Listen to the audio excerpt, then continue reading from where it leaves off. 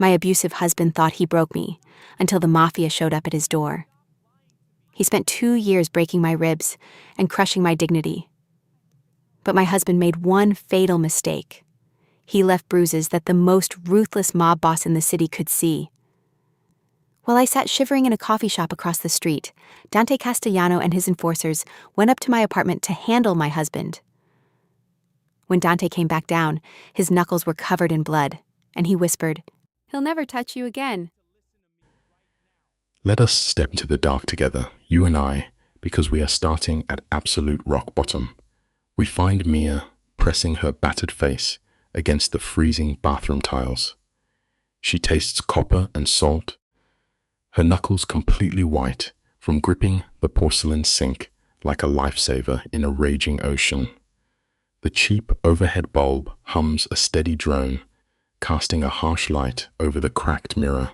She dreads the wreckage waiting in that glass, but she forces her eyes open only to meet a total stranger. A fierce, purple shadow clouds her cheekbone, and her lip is split wide open. She holds her aching ribs, drawing a shaky breath to whisper a curse at her own foolishness. The hardest lessons always begin when we strip away our illusions, look in the mirror, and finally accept the cold truth. She mutters the word stupid to her broken reflection, letting the cold reality wash over her. Just beyond that flimsy hollow door, she can hear Marcus is stomping around their cramped apartment. Every heavy clink of a glass bottle, every sudden screech of wooden chair legs scraping the floor, sends a visible tremor right through her spine. Her muscles tighten defensively, instinctively bracing for this cruel man to come swinging through the door once again. Desperate for any anchor to sanity, she twists the rusty faucet handle. Freezing water rushes over her trembling hands, shocking her nervous system and pulling her back from the edge of total panic. Hitting absolute rock bottom is terrifying, but that frozen moment of utter despair is often exactly when we learn how to survive. She watches the pale, blood-stained water circle the drain, mirroring how her friendships and self-worth have vanished over the past 2 years. The deepest tragedy of toxic love is that its sweet beginnings serve to completely blind us to the eventual nightmares. Marcus was not always a monster. When he first appeared, the man was all smooth charm, promising her a golden escape from pulling double shifts. He showered her with expensive dinners, stepping in to be the solid rock she craved after a lonely life in the foster system. Then came the very first strike. He wept like a broken child right after, swearing upon his life it was a single mistake.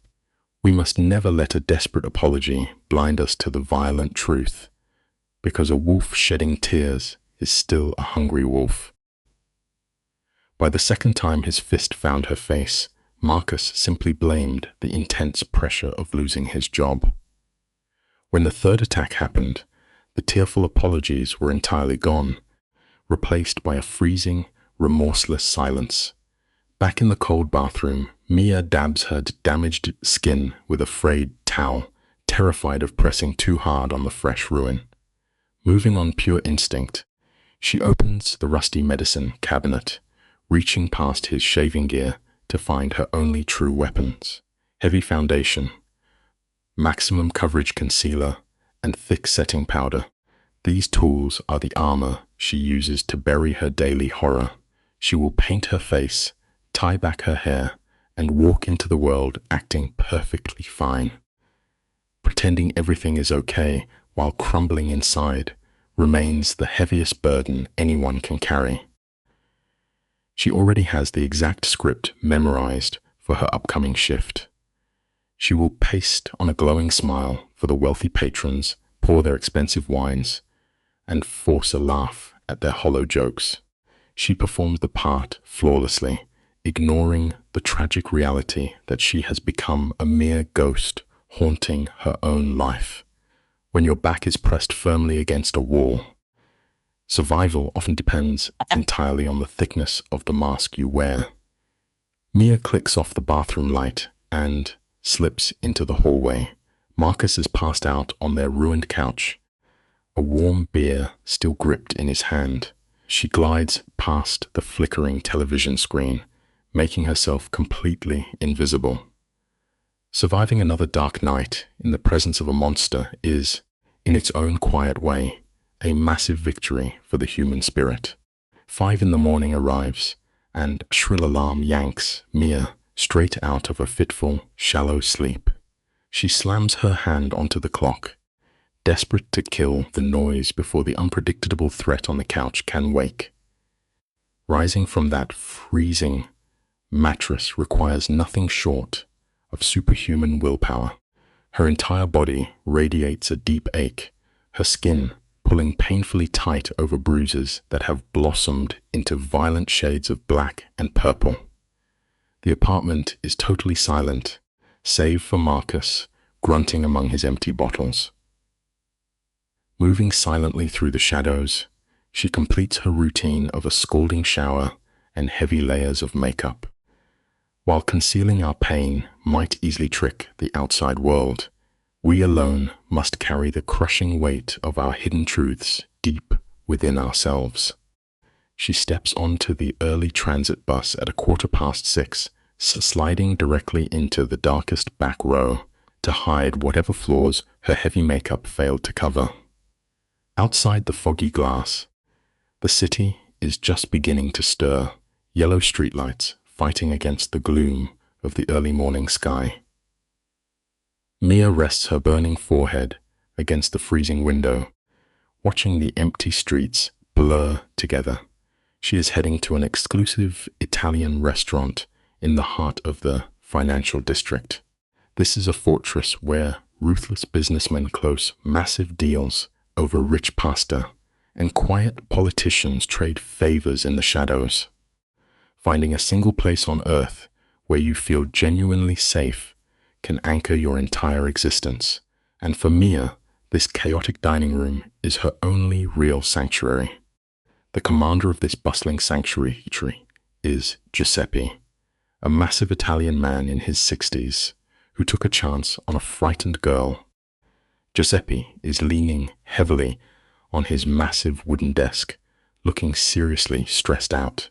Standing right beside him is a total stranger. Let us look closely at this new player, shall we? He is wearing a charcoal suit that easily costs triple her monthly rent. Giuseppe introduces him as Marco, supposedly here for a private security contract. That lie is so incredibly obvious you could cut it with a knife, but Mia simply nods.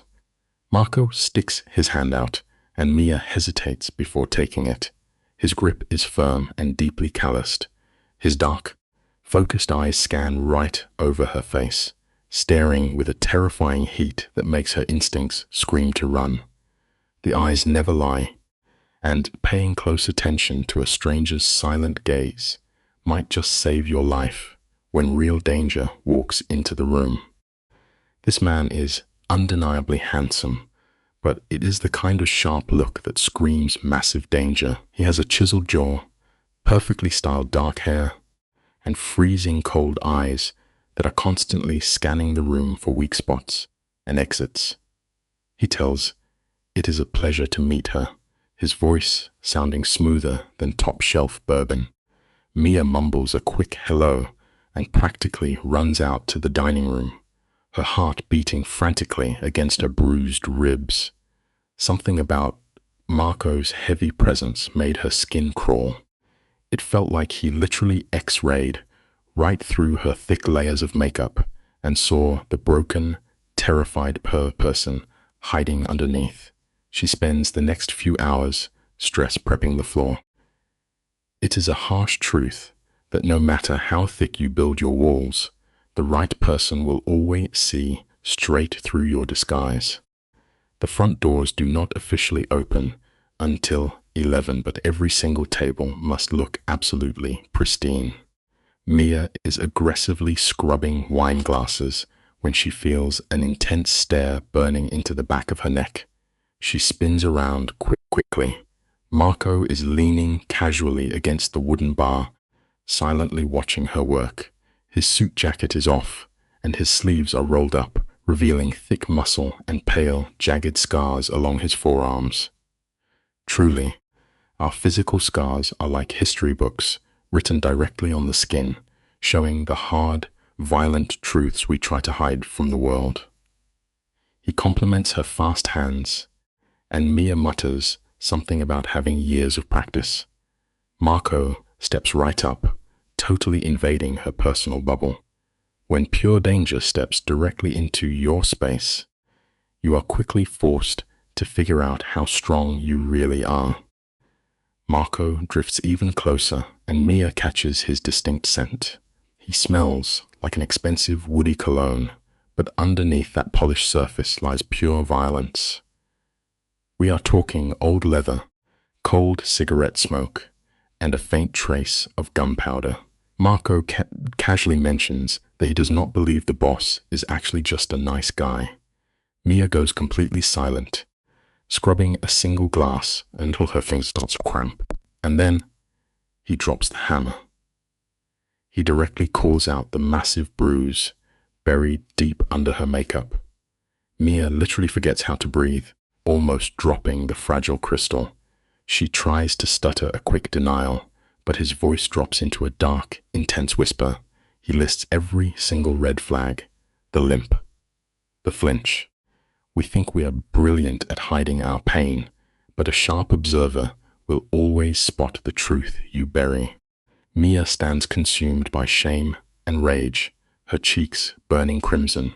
She lashes out at Marco, insisting her fractured life is her own burden, yet Marco merely closes the distance. His physical presence is suffocating, and he murmurs that her battles might soon become his. Desperation breeds a reckless courage, pushing Mia to demand if she is being threatened. Instead of anger, a spark of genuine respect flickers in his dark eyes. He promises he is no threat, right as Giuseppe shatters the air, clapping his hands and barking orders for table prep. The crushing tension evaporates. You and I know how it goes. Sometimes, a sudden burst of chaos is simply the universe throwing us a lifeline, quietly saving us from the catastrophic edge of our own impulsive choices. Marco holds Mia in a heavy gaze for a single heartbeat. It is a profound, wordless recognition shared only by those who have been dragged through the absolute lowest dirt of existence. As he turns away, Mia is left trembling, realizing her emotional armor is cracking. To outrun a total collapse, she throws herself into preparing the private dining room for the Castellanesco Cinder Syndicate. This family is steeped in blood money, tethered to the darkest veins of the city. Before noon, the true architects of power arrive: politicians, executives, and even the district attorney. It is a staggering collision of two worlds. The sobering truth of life is that the people tearing society apart in the shadows are often the exact same ones standing in the daylight, holding the pen that writes the laws. The corrupt officials settle into their fortified bunker, reeking of arrogant wealth. Then the apex predator arrives: Dante Castellano. Mia has poured this kingpin's wine before, but she has never dared to truly look at him. You do not study the face of the grim reaper when his hands are wrapped around the throat of your city.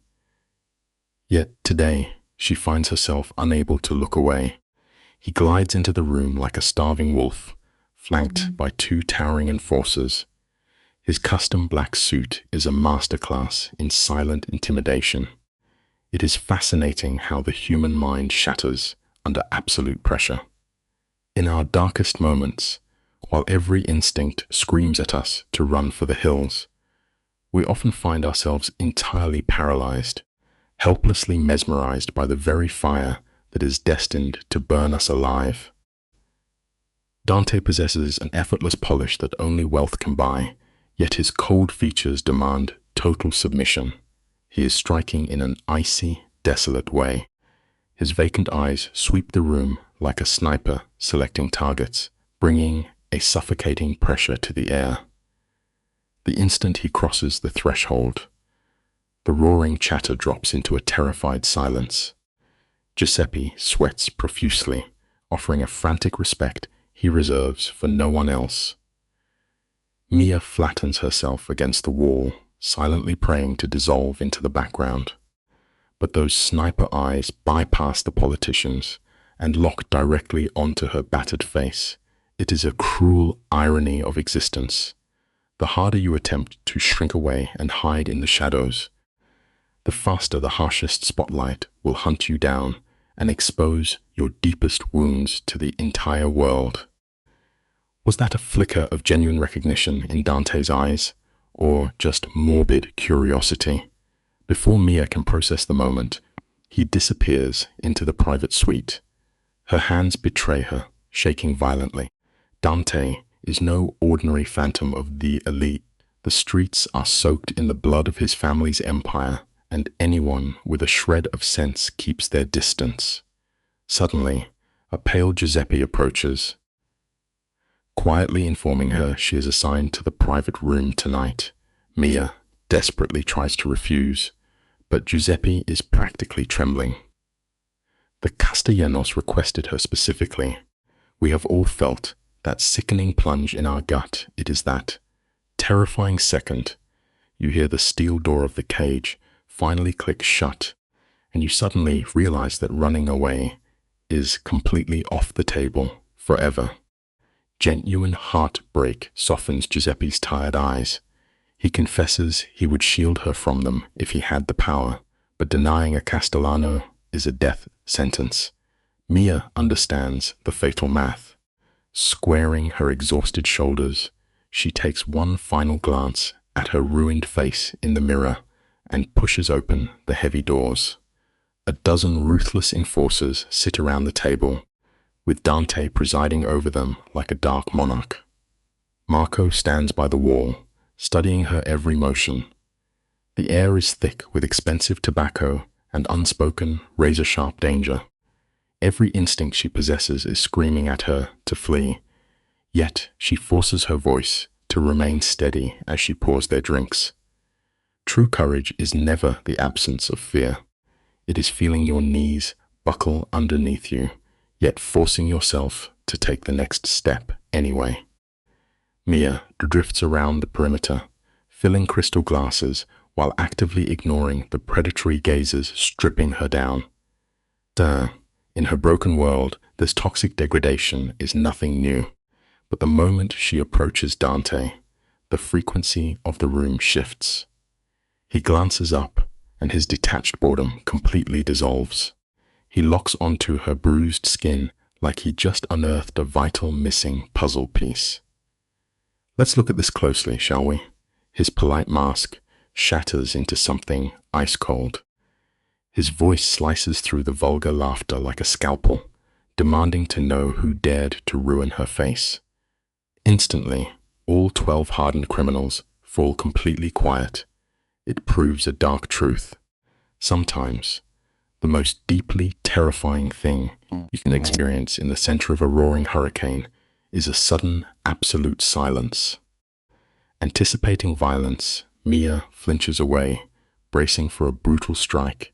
Instead, Dante catches her chin, his touch unsettlingly gentle against her battered skin. He angles her face toward the light, asking again with a quiet, lethal calm just who did this to her. Panic rises in her throat as she begs him to drop it, offering a hollow lie about a clumsy fall. The words taste like ash. Then, this kingpin softly brushes his thumb across her cheekbone, and that unexpected tenderness brings hot tears to her eyes. He speaks her name, warning her never to lie to him again. Of course, he already knows who she is. She pleads for him to let it go, terrified of losing her only income. Desperation is a vicious trap, blinding us to the point where we fiercely defend the very cages that are actively destroying our lives. A flash of something unhinged breaks through the Don's icy exterior. Releasing her chin, He snaps his attention to his security detail. He orders his men to dig up her address and the names of everyone she lives with, demanding a full dossier by sunset. Mia chokes on a fresh wave of panic, pleading with him to stop this madness. But Dante simply stares straight through her defenses. For a fraction of a second, the lonely human underneath the Mafia armor is entirely visible. He declares flatly that she is under his personal protection now, offering zero room for debate.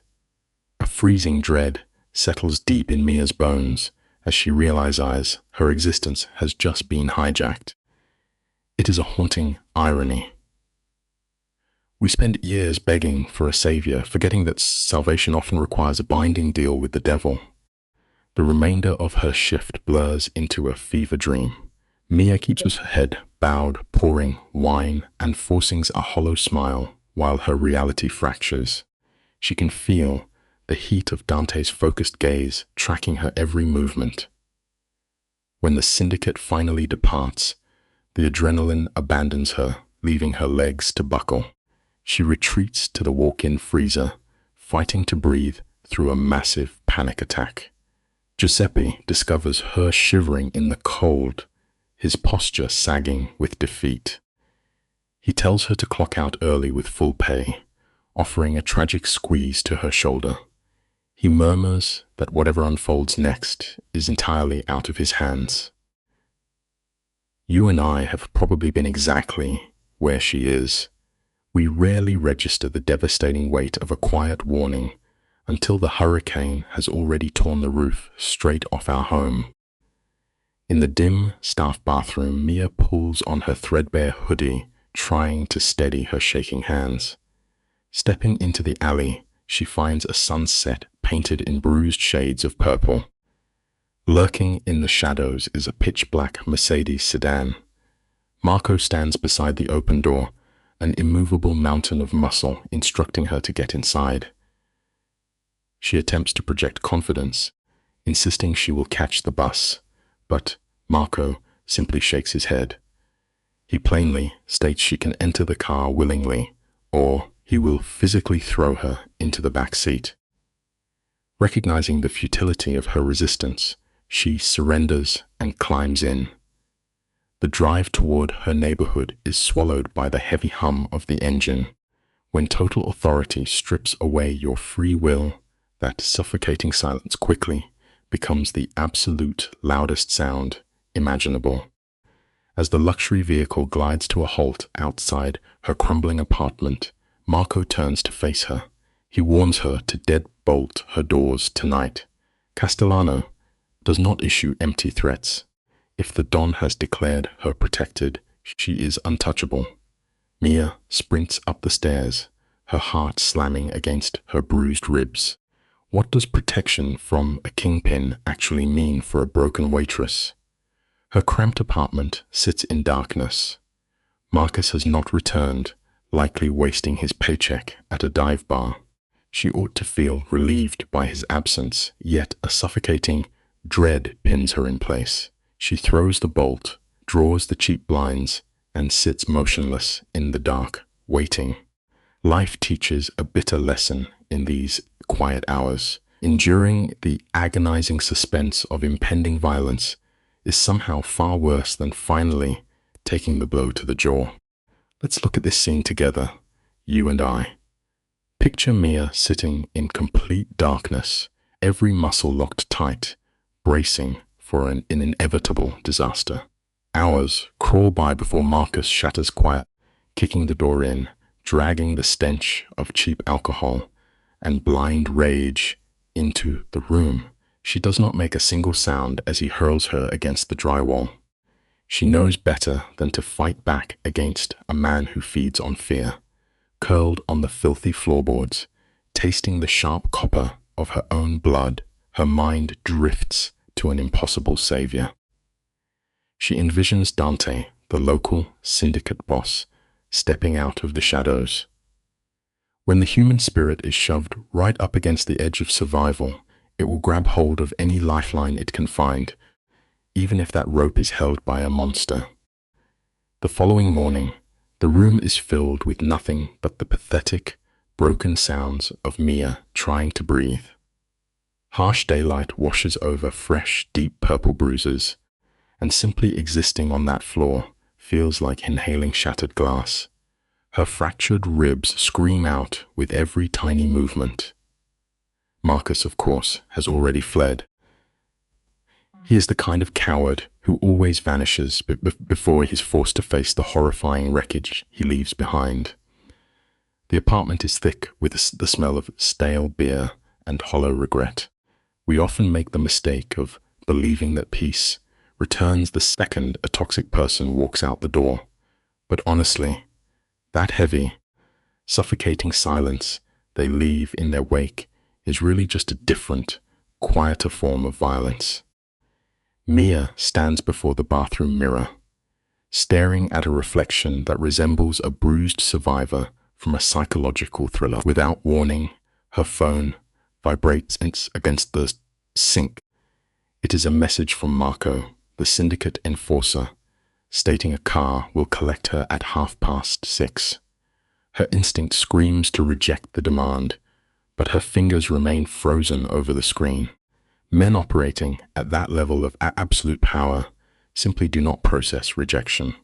Seeking comfort, she steps under scalding water, though the heat bite into her battered skin like 100 tiny blades. She stays until the water runs freezing, desperately trying to wash the nightmare away. You can easily paint over physical scars with enough makeup, but the soul remembers exactly where every single blow landed. With clinical precision, Mia applies layers of color, corrector, and heavy powder, desperately trying to construct the illusion of a normal life. Right at 6:30, a pitch-black Mercedes idles by the curb. Marco offers no polite gestures, watching silently as she forces her aching body into the back seat, praying her damaged ribs hold together. The cabin smells overwhelmingly of dangerous wealth, rich leather, and expensive cologne. Glancing in the rearview mirror, Marco casually delivers the fatal blow. The boss demands a meeting before her waitressing shift begins. Her blood runs entirely cold, but Marco offers zero explanation, just an icy stare. It reminds us that the most terrifying journeys in life happen the moment we hand over the steering wheel to somebody else. Marco attempts a hollow joke, claiming the boss does not bite, which only tightens the knot of anxiety in her chest. They glide through the city streets in suffocating silence, leaving her working-class neighborhood far behind. Soon, they enter a district defined by billionaire ego, a realm of untouchable wealth and old money that demands total submission. The car descends into an exclusive underground garage beneath a massive tower of dark glass, sliding smoothly into a private space marked Castellano. Marco turns around and coldly instructs her to take the elevator up to the 5th floor without keeping the boss waiting. When absolute authority calls your name, it never bothers to ask for your permission. It simply issues commands you cannot refuse. Trembling, Mia barely manages to whisper her defiance, asking what happens if she simply refuses to go. Marco shoots her a look of genuine pity before delivering a crushing reality check. He tells her he will physically carry her upstairs if necessary. Trapped, she steps into an opulent elevator lined with polished mirrors, which acts as a cruel psychological torture device, forcing her to confront her battered face from every angle. She looks incredibly fragile inside that gleaming box. The doors open to a sprawling marble lobby draped in priceless art, where a cold receptionist barely registers her presence. Stick with me here, because this is crucial. It does not matter if a room is coated in solid gold, a cage will always function as a cage. The receptionist calls out Mia's name with absolute indifference, proving this entire terrifying sequence was orchestrated. Pointed toward the inner office, Mia forces her legs to move. Though they feel like they are cast in heavy cement, she arrives at towering, solid wood doors that project an intimidating amount of wealth. Before her trembling hand can even brush the wood, Dante's deep voice echoes from within, commanding her to enter. The man clearly watches everything. The space inside radiates immense control, featuring rich dark wood and vast skyline views that place the city directly under his boots. He stands by the window, finishing a call. We see a powerful principle right here. Genuine authority never actually has to raise its voice to be heard. Normally, a kingpin like Dante is surrounded by muscle, but today he stands completely alone. Stripped of his entourage, he looks slightly younger, yet infinitely more dangerous. He holds up a single finger, verbally destroying someone over the phone in freezing Italian. You can feel the devastation in his tone. He drops the receiver and his eyes lock onto Mia. Instantly, the calm facade shatters into explosive fury. He crosses the office in 3 strides, taking her face in his hands and dragging her into the harsh daylight. He growls that her husband did this, stating it as an undeniable fact. The very people who step up to protect us often harbor a darkness just as terrifying as the monsters we run from.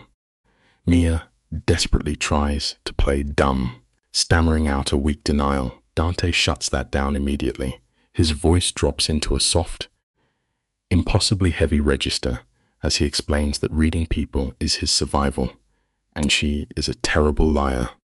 He brushes his thumb over her discolored skin with such shocking gentleness that a sob catches in her throat.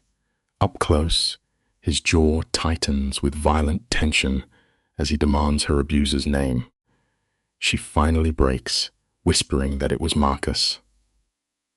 Dante instantly notices her bare hands, forcing her to admit that her husband pawned the wedding ring for drinking money. This hits on a deeply uncomfortable truth. The most devastating damage we endure almost always comes directly from the hands of those who swore to keep us safe. Dante turns away, staring blindly out at the sprawling city through his massive windows. His hands grip the edge of the desk so tightly that his knuckles turn bone white. When he finally speaks, his voice is terrifyingly hollow. He asks how long she has been suffering. Mia chokes out that the nightmare has lasted for 2 years, too ashamed to even say the word abuse, forcing him to name it for her. Twisted by trauma, she actually tries to defend her husband's actions. Dante spins around, completely losing his composure, roaring at her justification. The sheer gravity in the room is suffocating as he declares that the violence ends today.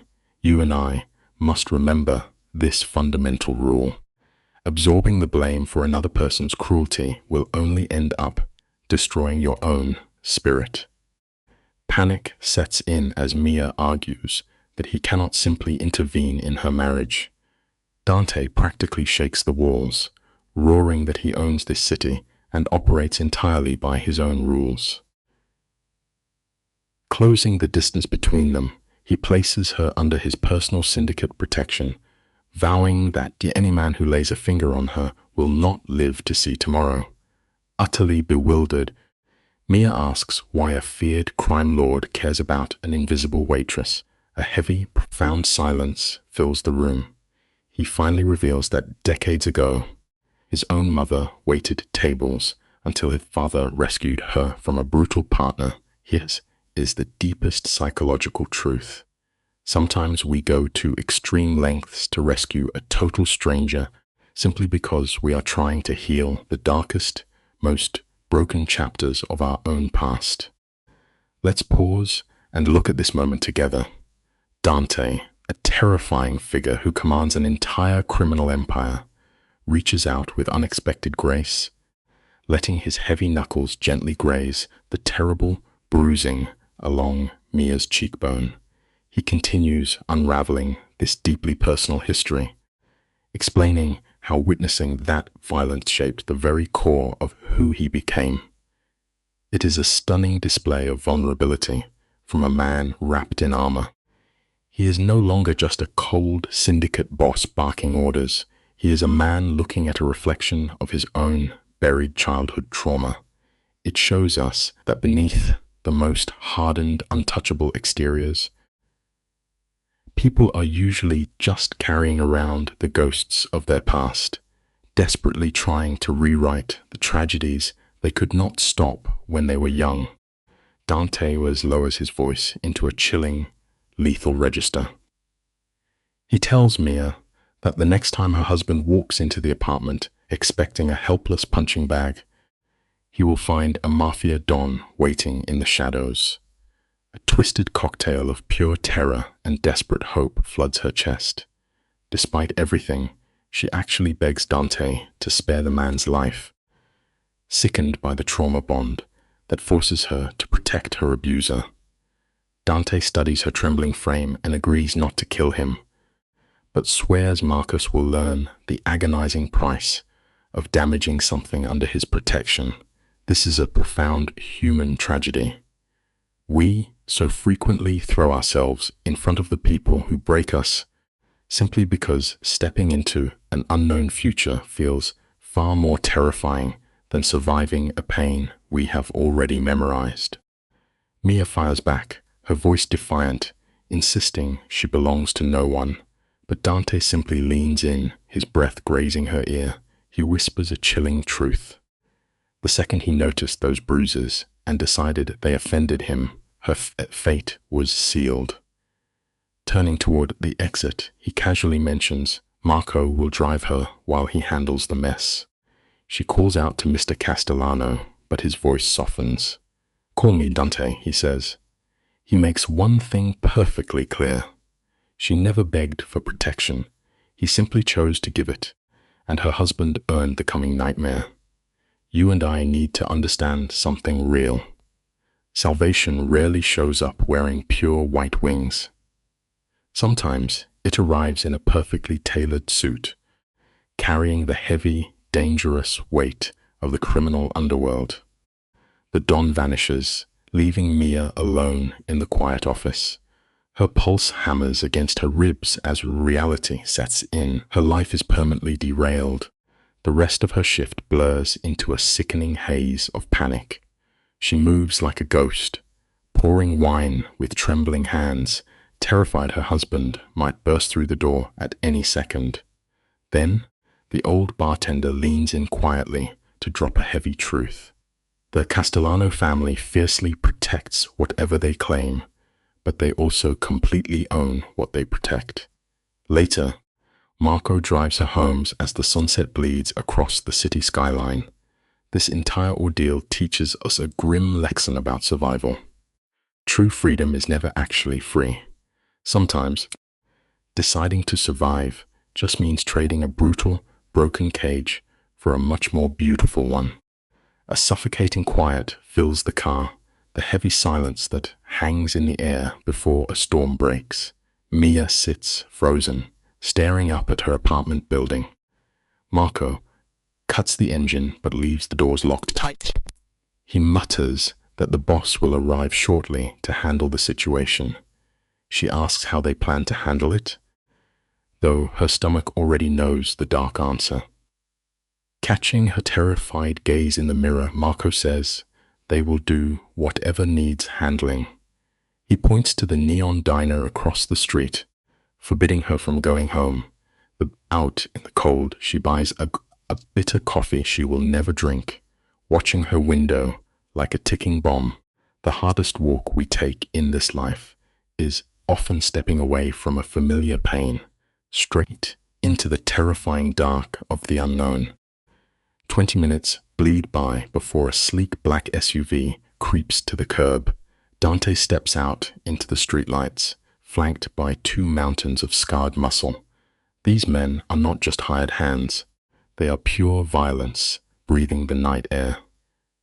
From her diner booth, Mia watches them vanish into her building. 3 floors up, her living room lights flash to life. Her bruised ribs ache as she realizes the sheer force of the monster she just unleashed on her husband. Her coffee turns to ice water, but she grips that cheap mug like a lifeline. Through the dusty glass, she can see brutal shadows dancing across her curtains.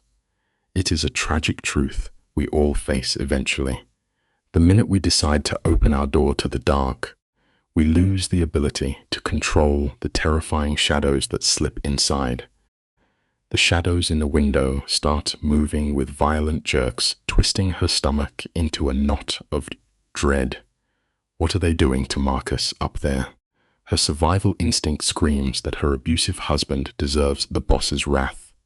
But the ghost of the man he used to be, long before the whiskey and the blind rage, makes her sick with guilt.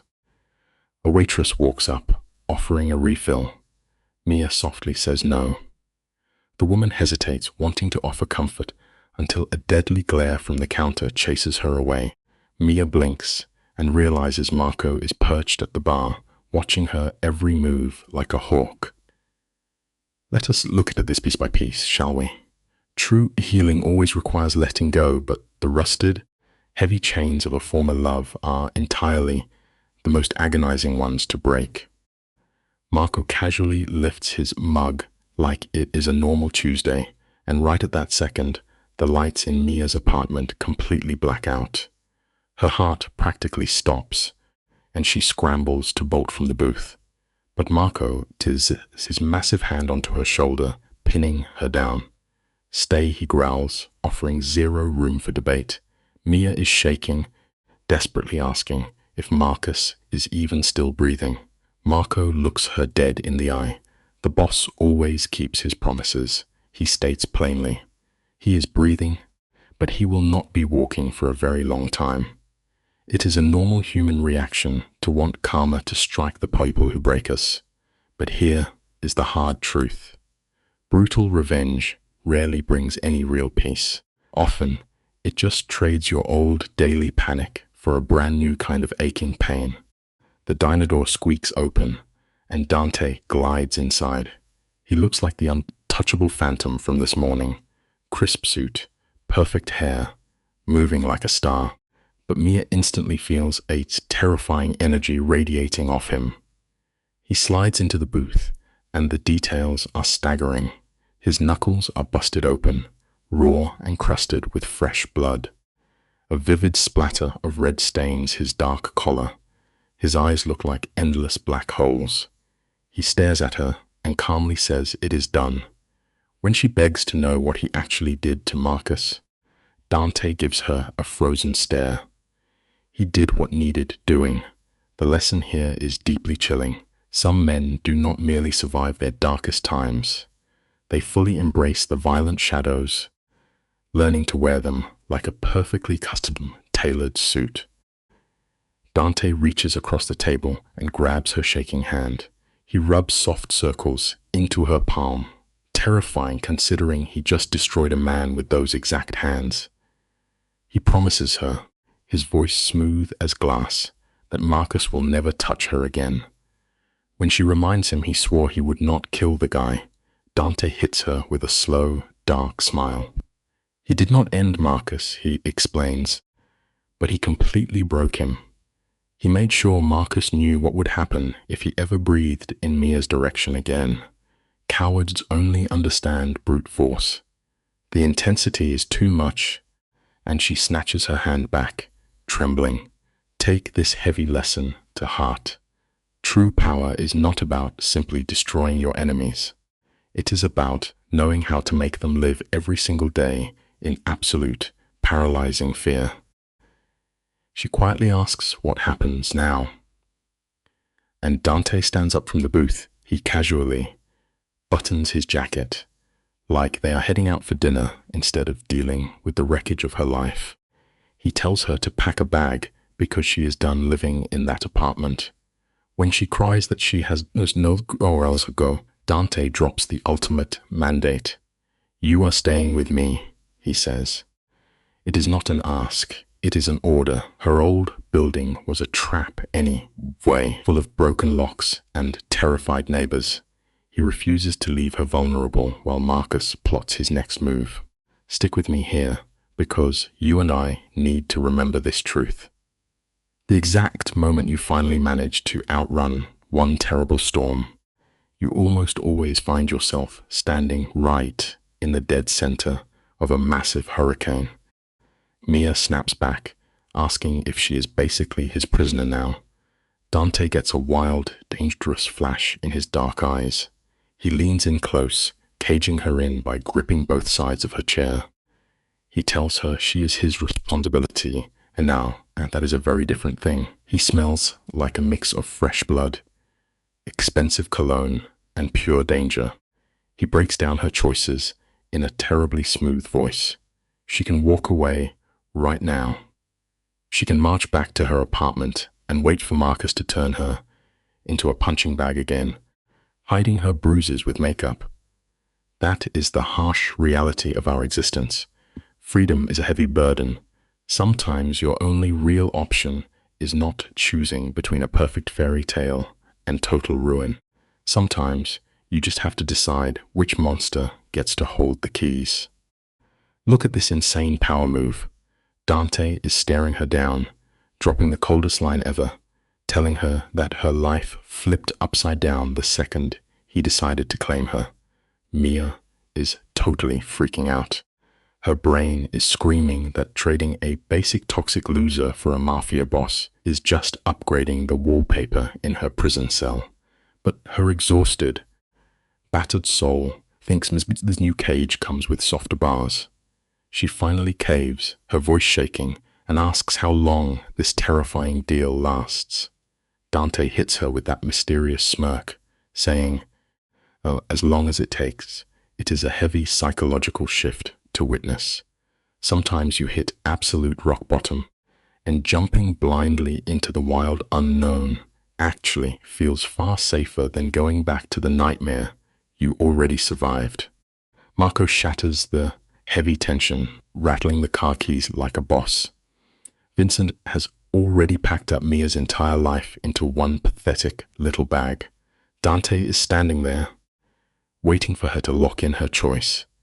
Mia closes her eyes, flashing back to that grimy apartment and the 2 years of pure hell she barely survived. She pictures Marcus crying on the floor, knowing his fake apologies always turn right back into swinging fists. Feeling the ache in her ribs, she finally whispers that she will go. Dante immediately sweeps away to his untouchable penthouse in the sky. She takes a private elevator straight into a lobby dripping in Mafia money. Leaving a toxic past always sounds so incredibly simple, but willingly stepping into a totally alien world takes a reckless kind of courage most people never actually find. Let us look closely at the space Dante occupies. His territory is designed to intimidate, defined by massive windows that frame the city as if he owns the very skyline. The minimalist furniture speaks of absurd wealth, yet the atmosphere remains utterly hollow, resembling a curated museum of power rather than a home. As he directs Mia to the guest room, he strips away his ruined suit jacket and rolls up his sleeves. The harsh lighting reveals a startling contradiction.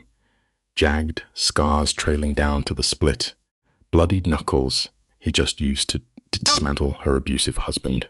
We often forget a harsh truth about our world.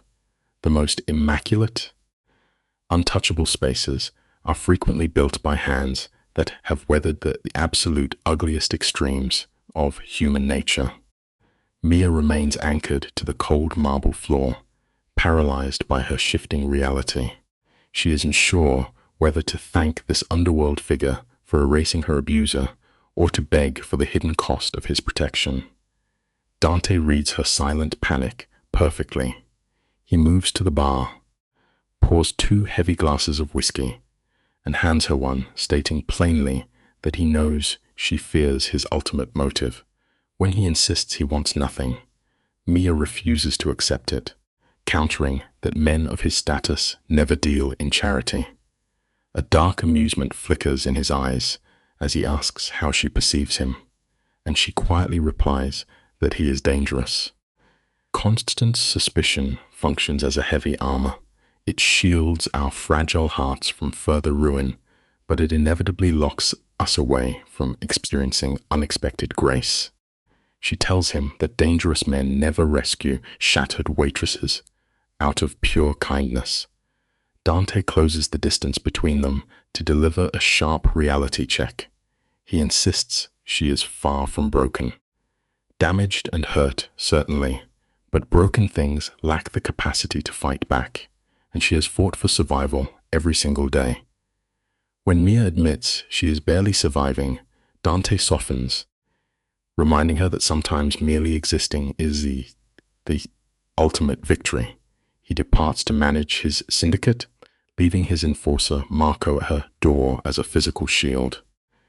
We must remember something essential here. There is profound strength in simply refusing to shatter, even when a brutal world repeatedly swings its heaviest hammer directly at your exhausted soul. You and I need to carefully unpack the gravity of this moment. Dante operates with absolute ruthlessness, declaring he is sending a visceral message to anyone who dares to threaten her.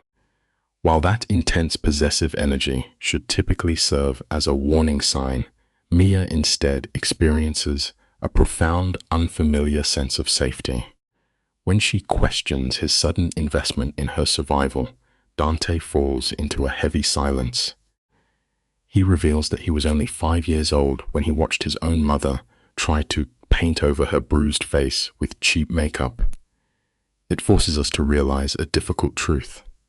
Sometimes, the deepest and most painful scars we carry ultimately become the strongest shields we use to protect those who cannot defend themselves. Dante shares the memory of hearing his mother weeping through the walls every night. As a powerless child, he begged the universe to end the nightmare. Setting his drink down, he reveals the core motivation behind his rise. He swore a blood vow that if he ever gained control, he would mercilessly eliminate men who use fists to feel strong. This is a staggering confession from the ruler of the criminal underworld. When Mia asks about his father, his expression hardens. He reveals that his father was the former Mafia boss, a man who found his mother working as a waitress, mirroring Mia exactly. The lesson here is undeniable. Often, our fiercest and most unshakable purpose is born directly from the exact moments we felt the absolute most pathetic and completely helpless. His mother was running for her life from an abuser, desperate to keep her child safe. The former crime boss fell fiercely in love, married her, and raised Dante to inherit his empire. He then delivered the ultimate retribution to her toxic ex. When Mia asks what became of the man, Dante does not blink. With cold detachment, he states that his body was pulled from a river 3 months later, wrapped in heavy chains with shattered legs. Instead of horror, Mia feels a twisted thrill of satisfaction. She realizes Dante is rescuing her to mend the fractures of his own haunted past. We see this pattern repeatedly. Sometimes, the only true way to heal your own deepest trauma is by saving another person from suffering the exact same brutal fate. Mia assumes she is merely a ghost of his mother, but Dante shuts that down. He steps close and gently cups her cheek, a shocking display of tenderness from a lethal syndicate leader. He tells her she represents everyone made to feel powerless, and with his authority, he is flipping the script. His thumb lightly grazes her fading bruise, drawing a gasp of pain mixed with undeniable chemistry. His eyes darken with quiet fury. In a gravelly whisper, he instructs her to sleep while he disposes of tomorrow's garbage, leaving her alone with a hammering heart. This brings us to a vital truth. Real strength is not about enduring every single fight alone. Sometimes, the bravest thing you can do is have the courage to let somebody else carry your heaviest burdens. Stick with me, because the entire dynamic shifts here. Just yesterday, Mia was a woman suffocating within a violent cycle. Tonight she is isolated in a sprawling penthouse, guarded by the most feared boss in the city. The irony, she feels more secure than she has in years. Locking herself in the massive guest bedroom, a faint spark of actual hope finally ignites in her chest. Yet, sleep is entirely out of the question. The room is overwhelmingly large, decorated in muted grays that project old wealth, making her feel like a trespasser. The plush bed feels like a cloud beneath her exhausted bones. It proves how rapidly existence can pivot. One moment you are suffocating in the dark, and the next, a terrifying stranger hands you the master key to finally unlock your own cage. For hours, Mia lies paralyzed, eyes tracing shadows on the ceiling. At 3 a.m, the heavy elevator doors slide open.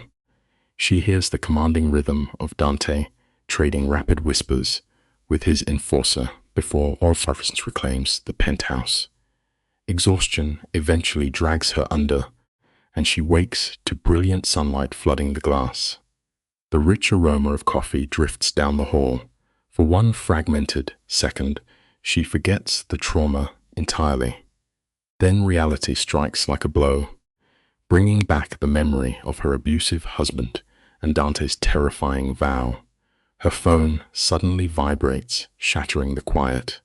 It is a strange human flaw that we crave the morning light, completely forgetting that waking up demands we face the exact reality we desperately tried to sleep through.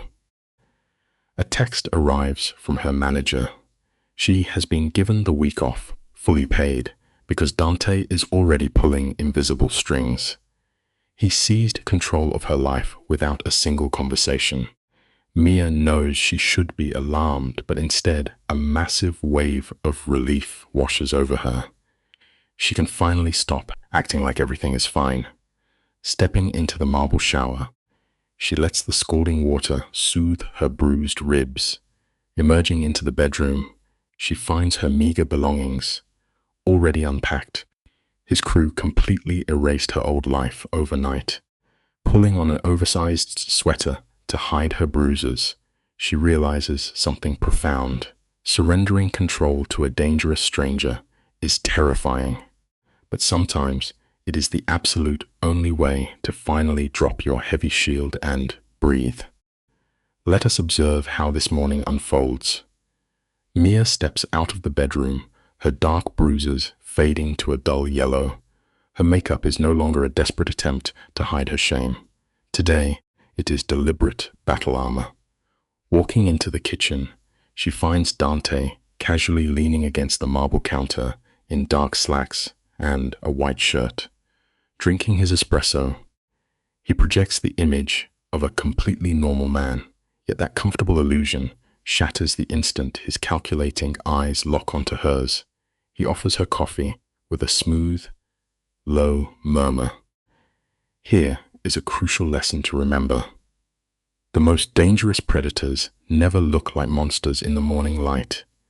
We routinely mistake their quiet stillness for softness, entirely forgetting the lethal hellfire burning right beneath the surface. You and I know exactly what is happening here. Mia pours coffee simply to give trembling hands a task. Gripping the warm mug, she fiercely tells Dante he did not have to do this, insisting she is not his burden. Dante moves around the island with the silent grace of an apex predator. In a dangerously calm voice, he states she became his responsibility the exact second he decided she was. When she snaps that she is not a problem to be fixed, his gaze strips her bare. He replies she is simply someone who needed saving but forgot how to ask. Let this truth sink in. Asking for help is never a surrender. Sometimes, reaching out an empty hand is the single bravest thing a battered spirit can do. Suddenly, the brass elevator chimes ring sharply through the quiet room. Let us unpack this together, The steel doors part, revealing Marco alongside a sharp woman gripping a leather briefcase. Dante offers a subtle nod, introducing her as Rebecca Chen, one of the state's most formidable legal minds.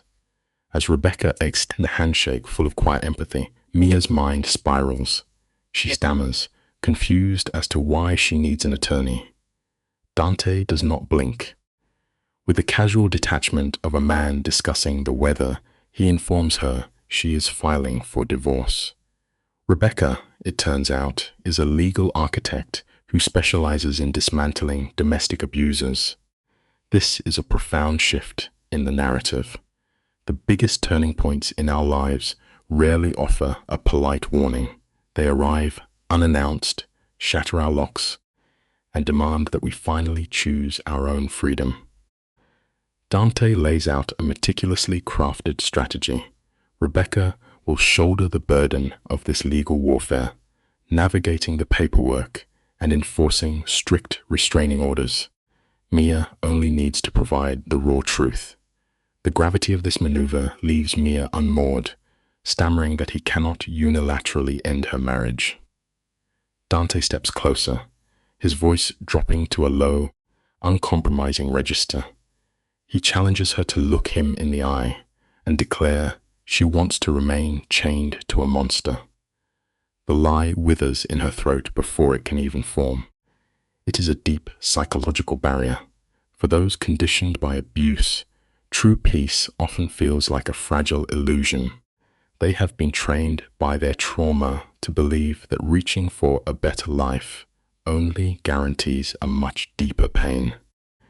Notice how the dynamic shifts here. Mia grasps at her final defense, whispering she cannot possibly afford an elite attorney. Dante dismantles the excuse instantly, revealing the fee is already settled. He wields this lawyer as just another layer of his armor. Rebecca assures Mia she has legally ruined men like Marcus countless times. When Mia nervously asks how they have proof, Rebecca unveils a meticulously gathered arsenal. Covert photographs from the cafe, buried medical files from old clinic visits. They mapped out everything overnight. It reveals a profound truth about loyalty. Real protectors never offer hollow promises. They quietly construct an impenetrable fortress around you long before you even realize you need the shelter. Rebecca reveals they have secured testimonies from co-workers who noticed Mia's hidden bruises. They possess an utterly bulletproof case, waiting only for her permission to strike. Mia stares at Dante, completely paralyzed. This ruthless underworld figure is systematically dismantling her toxic marriage. When she demands to know why he is fighting so intensely for her, Dante replies with quiet conviction. It is because she refuses to save herself. People often endure suffering, mistaking it for nobility, and Dante wants to break that illusion. When Mia asks what he stands to gain, a sudden flicker of raw pain crosses his rigid features. The meaning is profound. Sometimes, fighting to save another person is the only method we have left to silence the dark ghosts haunting our own past. The psychological evolution here is striking. Mia sits in stillness, absorbing Dante's confession. For the first time, the impenetrable boss reveals a fracture in his armor, asking for her trust whenever she is ready to offer it. This is a declaration that Mia is worth defending. At last, she turns to Rebecca and asks what must be done. 3 hours later, Mia finds herself alone on the sprawling balcony of the penthouse house, gazing down at the glittering city lights. The atmosphere is heavy, yet profoundly serene. It challenges a core belief we often hold. We are constantly taught the virtue of fighting our own battles alone. But in reality, finding the courage to finally let someone else carry your armor can be the absolute bravest act of all. Rebecca leaves carrying enough evidence to legally bury Marcus permanently. The restraining order is set for tonight, the divorce filings for tomorrow. The nightmare has ended, yet, rather than feeling relief, Mia feels entirely unmoored. The ropes binding her have been severed, leaving her drifting. Dante steps out onto the terrace, carrying 2 glasses of dark wine. He extends one to her without a word and settles into the chair beside her.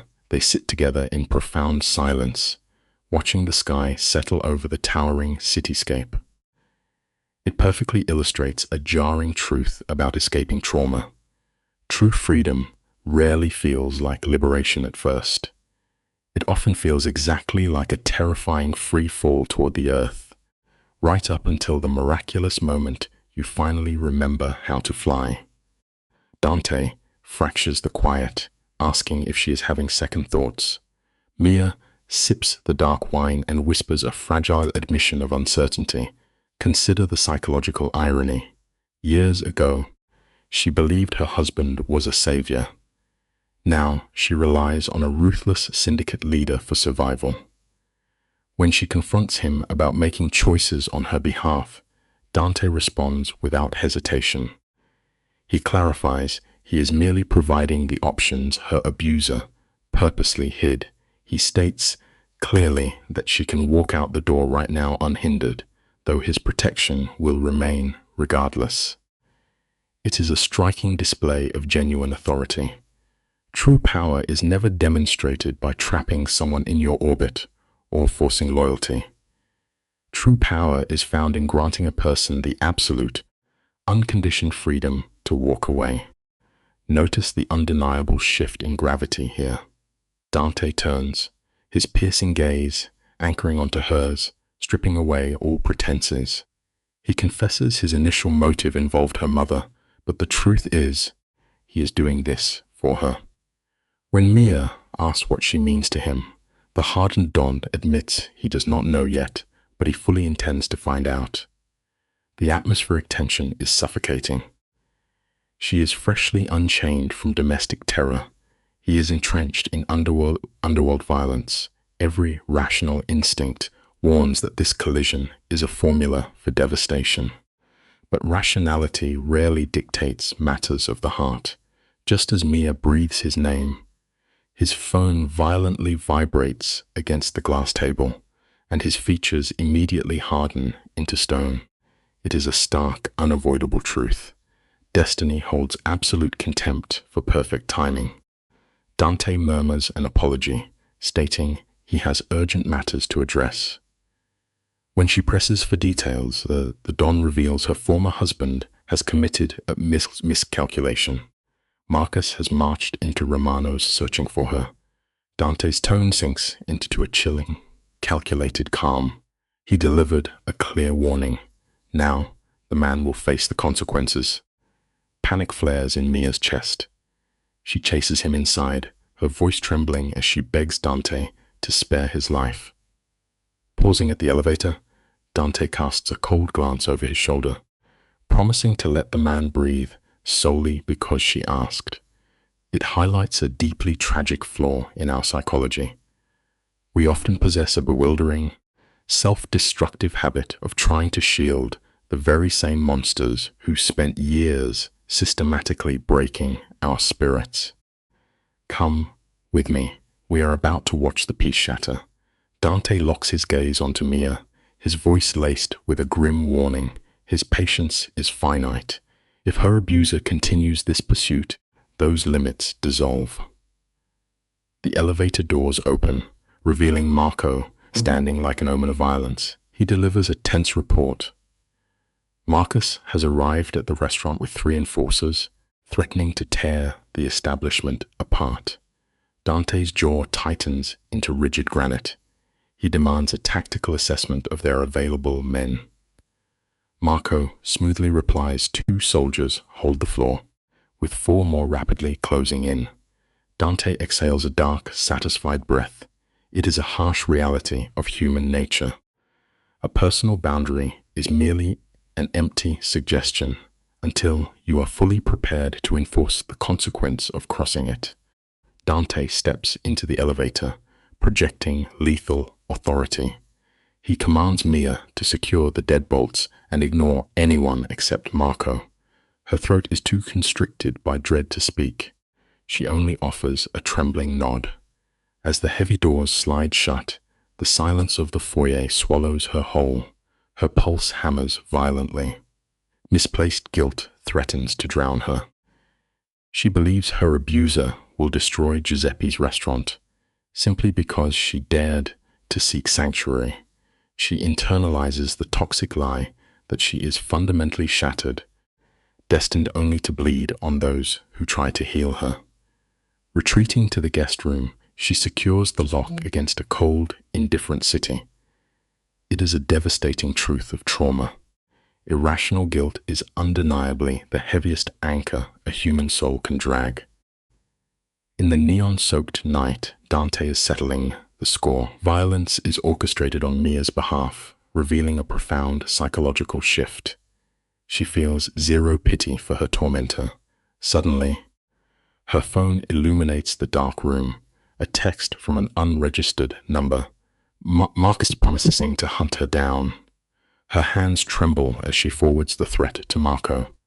The phone rings instantly. Marco's voice is tight, demanding the origin of the text. He instructs her to ignore the number entirely. Dante is handling the physical threat, while the legal team uses this exact message to bury her abuser in court. You and I have probably felt that creeping dread, but remember this: fear is a cruel manipulator. It exists only to convince your exhausted mind that the darkest times will never truly end. Mia's voice trembles as she asks if Dante is unharmed, a question Marco brushes off with the cold stoicism of a veteran enforcer. The boss is always fine, he assures her. Marco understands the brutal architecture of toxic masculinity. Men like Marcus only respect a heavier fist. When the line goes dead, Mia stands in the quiet, clutching her phone. You and I are going to look at this moment together because it is the exact second her old life turns to ash. She has stepped into Dante's violent world, and beneath her terror lies a dark thrill. Dante returns past midnight, finding her asleep on his velvet couch, too anxious to claim a bedroom. Growth is deeply unsettling, but throwing yourself into the absolute unknown is often the only genuine way to escape the ghosts of your past. Mia snaps awake, flooded with panic, only to find Dante standing in the shadows. The invincible boss looks shattered. His expensive shirt is violently torn open, and drops of crimson blood ruin his white collar, a stain of the underworld bleeding into their sanctuary. He tears off his tie, heading for the liquor, and observes her wakefulness. Before she can build a wall, her honesty slips out. She admits she was terrified for him. Dante freezes, and the ruthless mask he wears for the city completely fractures. He asks if she actually worried about him, a man built on violence. She crosses her arms, confessing her fear over the entire situation. He swallows a massive glass of whiskey to numb the shock. Vulnerability is a heavy burden, best poured out when the rest of the world is asleep. Dante delivers the resolution with chilling calm. Marcus and his crew are bleeding in an emergency room, nursing shattered ribs. It is a calculated application of force, not murder, but a permanent psychological brand. Mia gasps, horrified that Giuseppe's restaurant might be ruined, but Dante promises the violence was contained to a dark alley. Taking a slow sip of his drink, Dante reveals Marcus also destroyed his own future by violating the restraining order. Those unhinged texts just handed the lawyers the keys to a long prison sentence. Mia drowns in relief and deep guilt, whispering she never asked for this violence. No one truly wants chaos, but sometimes protecting your peace requires letting the ground beneath your abusers completely burn to ash.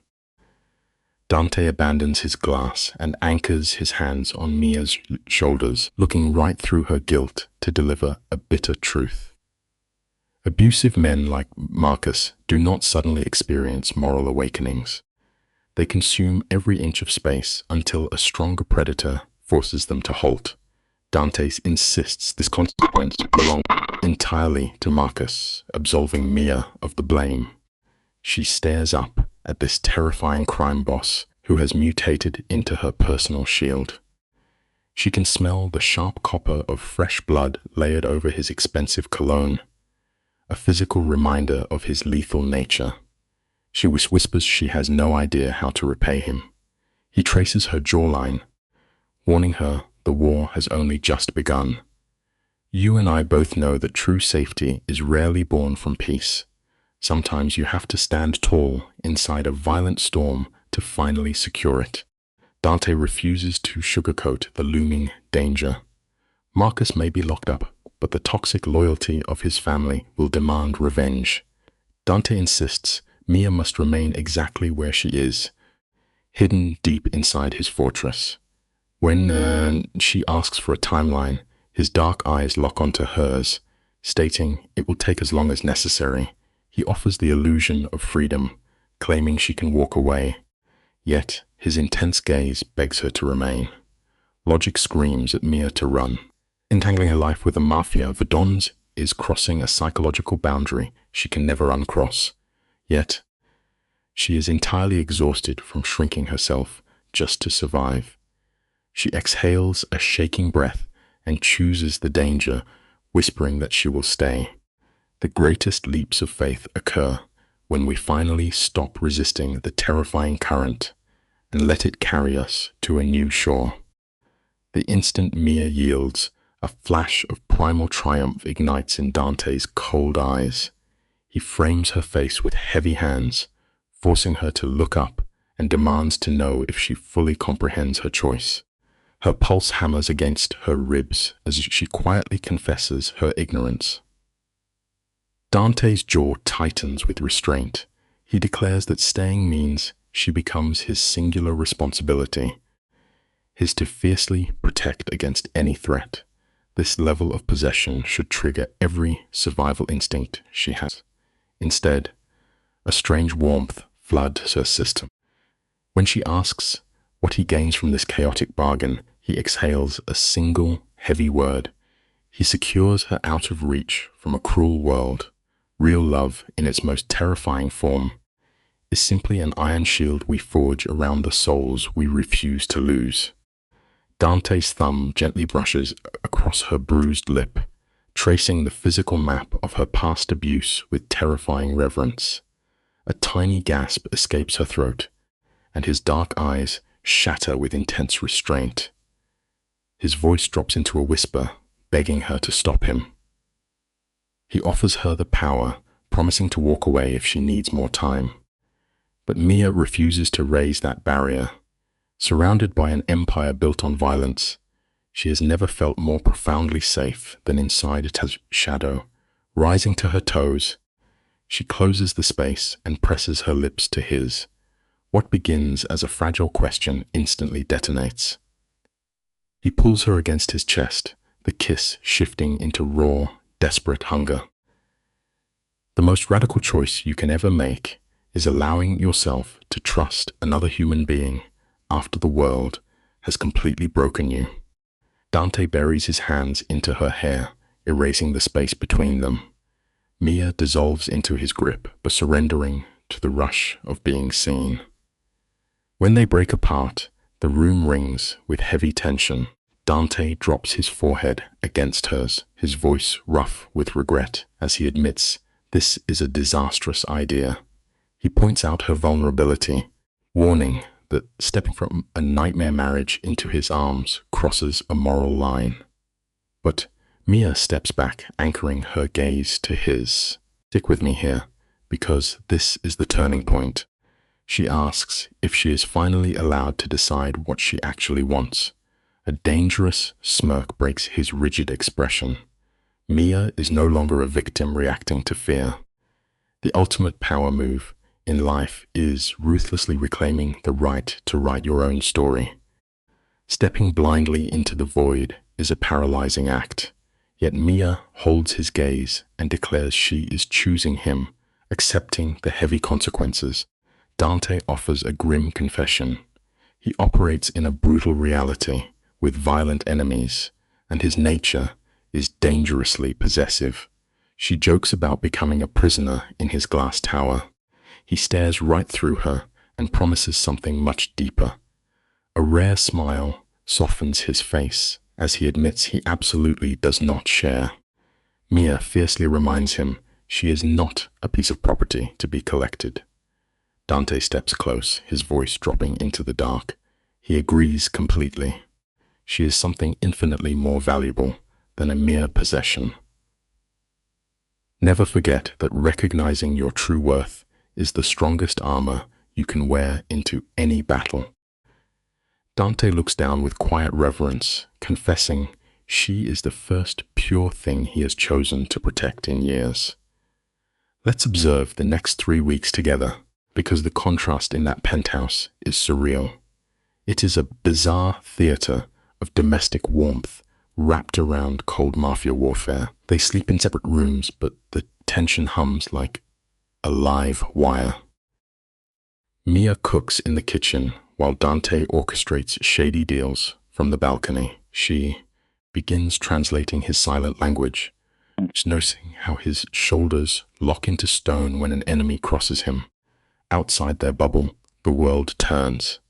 Mrs. Chen calls with the news that Marcus is shivering in a county cell.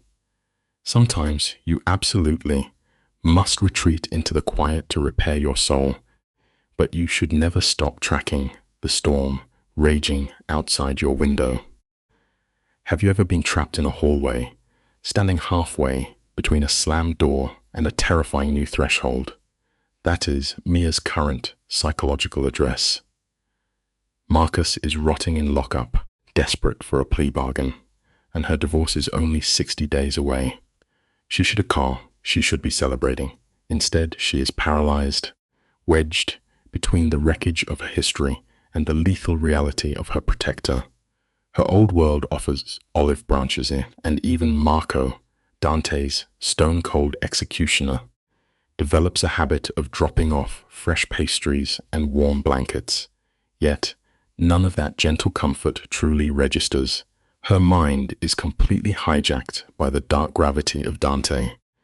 You can build a fortress of total comfort, but your spirit will always gravitate toward the single person who forces your heart to beat again.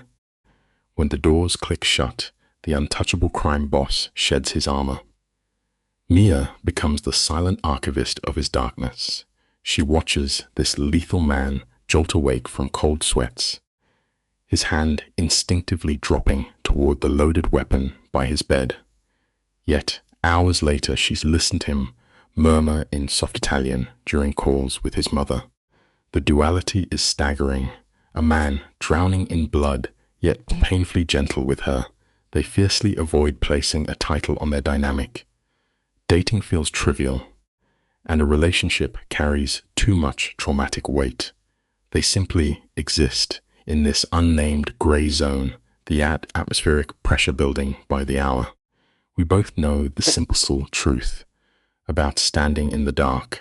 You cannot ignore a buried spark forever, because the universe will inevitably strike a match and burn the whole thing down. Let us examine this sudden disruption of sanctuary. Mia is simply brewing tea, seeking a moment of quiet when the heavy penthouse doors violently burst open. Dante crosses the threshold, and the hostility in his posture changes the air in the room. Marco and Vincent trail behind him like shadows of tragedy. Dante crosses the floor in 3 strides, gripping her shoulders to deliver the crushing blow. Marcus is out on bail.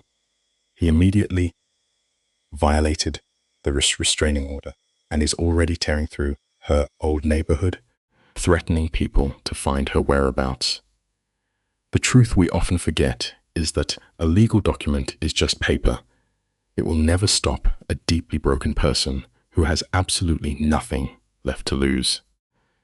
Ultimately, you must always be prepared to defend your own peace. You and I need to unpack how morality shifts in this scene. Dante paces the floor like a caged predator, consumed by raw fury. He openly regrets not eliminating Marcus earlier, knowing money makes people talk. Mia pleads with him to hold onto his humanity, but Dante gently frames her face with his hands. He confesses he tried trusting the courts, but the legal framework completely failed her. The predator is actively hunting her, and Dante refuses to let her be the prey. He turns to Marco, his voice dropping to a freezing whisper, and orders his men to drag Marcus to the warehouse in silence. The harsh reality of life is this. When the systems built to protect you look the other way, survival often requires someone willing to burn the old rules to the ground on your behalf. Marco vanishes into the elevator like a shadow. Mia lunges forward, grabbing Dante before he surrenders to his violent instincts. She begs him not to cross that ultimate line, neither for her protection nor for his own soul. Dante freezes. His voice drops to a dead calm, admitting he is doing this for his own sanity. Her ex leaves him no choice if he wants her to survive. He pulls her in, kisses her forehead, and speaks his darkest truth. He would rather be the monster who guarantees her safety than the good man who attends her funeral. Mia looks through her tears and promises him that he is not a monster, leaving him speechless. The quiet lesson here is profound. Those who truly love you will recognize the light inside you, even when you are stepping into absolute darkness to protect them. We see Mia look this terrifying syndicate leader in the eyes, stripping away his lethal facade. She tells him he is merely a man carrying too much darkness for reasons he believes are righteous. She confesses she is falling in love with him, embracing the very shadows he tries to hide. Dante stares back as if she handed him a delicate glass object he is terrified to shatter. Overwhelmed, his strict control snaps. He pulls her into a fierce, desperate kiss that speaks volumes of his longing. Pulling away breathless, he orders her to lock the doors, promising to return before sunrise. The defining lesson of this moment is clear. Sometimes, the most damaged people offer the exact kind of fierce, unapologetic love we require to finally heal our own deep wounds. Her confession breaks his defenses. Dante admits he loved her from the exact moment he saw her bruises and felt the overwhelming urge to destroy whoever caused them. He fell for her defiance, and that protective rage is why he must finish the job. In a heartbeat, he vanishes. Mia is left pacing the floor, her anxiety spiraling as the hours stretch into an unbearable crawl. She fears that if Dante takes a life tonight, that violence will poison their future forever. She keeps watch until dawn bleeds pink across the city skyline. At last, the heavy elevator chimes. Dante steps into the morning sun, completely alone. This leaves us with a stark truth. The silent, paranoid anticipation of a brutal storm is often far more agonizing than enduring the actual storm itself. Let us pause here. Dante looks utterly destroyed. His tailored suit is ruined with blood, and his knuckles are bruised. Yet his eyes hold an unnatural calm. He simply announces that the problem is handled. Mia rushes to him, trembling as she asks the heavy question, "Did he take a life?" Dante catches her hands and reveals the twist. He did not kill the man. He forced Marcus onto a flight to Mexico with $50,000 and a promise of certain death if he returns. Relief causes Mia to collapse against him in tears, asking why he chose mercy. His cold facade breaks, answering that he spared the man simply because she asked him to. The lesson is undeniable. True power is never measured by your capacity to destroy an enemy, but by your strength to choose mercy when it matters most.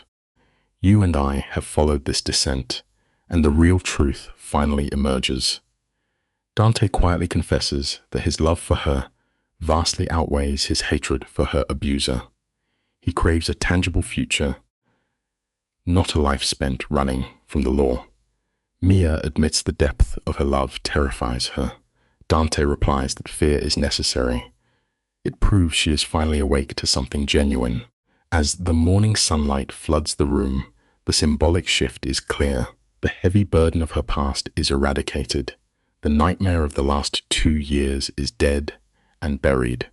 What remains is untamed, intimidating yet profoundly beautiful. This brings us to a crucial realization.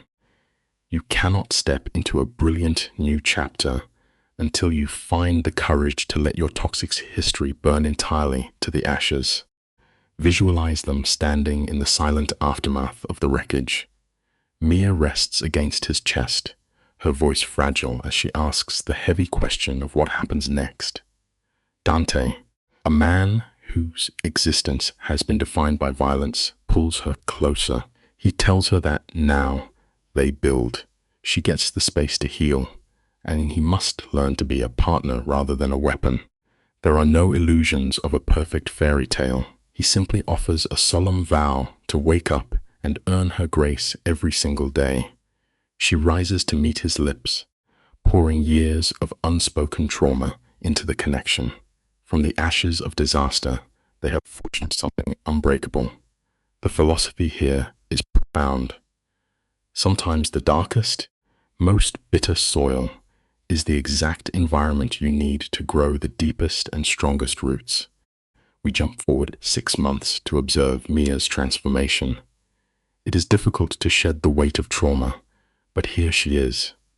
She stands confidently behind the bar at Romano's, serving drinks to oblivious patrons who have no idea she wears the ring of the city's most dangerous syndicate leader.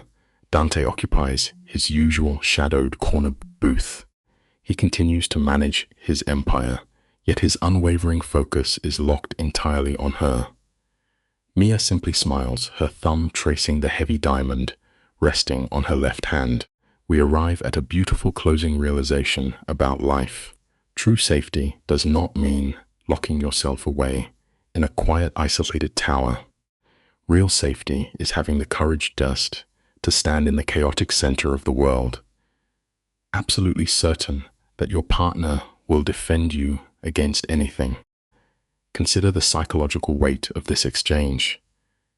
Dante presents his late mother's ring, his steady hands visibly trembling. It is a profound crack in his armor, bringing Mia to tears. Yet the brilliance of her character lies in her independence. She deliberately keeps her waitressing job, actively building her own identity. She proves she is a hardened survivor, not a fragile doll locked in a golden cage. Across the crowded restaurant, Dante meets her gaze, offering a quiet, private smirk of pride. Observe the incredible evolution. She transformed from a terrified victim to an empowered woman commanding her own fate. This teaches us a vital truth. No matter how agonizing the previous chapters of your life were, they never hold the power to dictate the final shape of your tomorrow. Let us be honest as we conclude. Their daily reality remains remarkably chaotic. Dante is still tethered to a violent underworld, carrying the heavy burden of lethal consequences. But the true beauty of this narrative lies in their devotion. They belong to one another, not as conqueror and captured prize, but as absolute equals.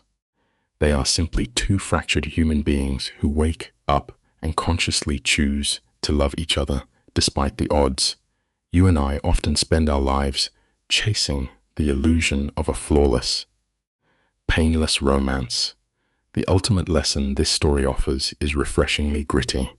True love is rarely about securing absolute peace.